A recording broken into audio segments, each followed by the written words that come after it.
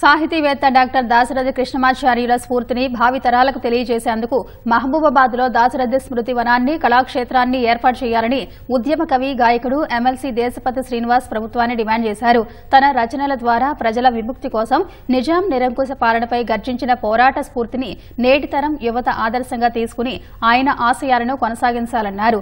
సాహిత్య రంగంలో అద్భుతాలు సృష్టించినటువంటి దాశరథి షేక్స్పియర్ అంతటి గొప్ప కవి అని దేశపతి శ్రీనివాస్ కొనియాడారు. మహబూబాబాద్లోని ఎంవీఎం వేడుకల మందిరంలో దాశరథి కృష్ణమాచార్యుల శత జయంతి ఉత్సవాలను నిర్వహించారు.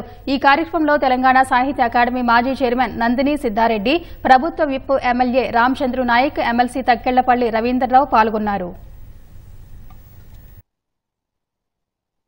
ఓ నిజాము పిశాచమా కానరాడు నిన్నుబోలిన రాజు మాకెన్నడేని తీగెలను తెంపి అగ్నిలో దింపినావు నా తెలంగాణ కోటి రత్నాల మీన.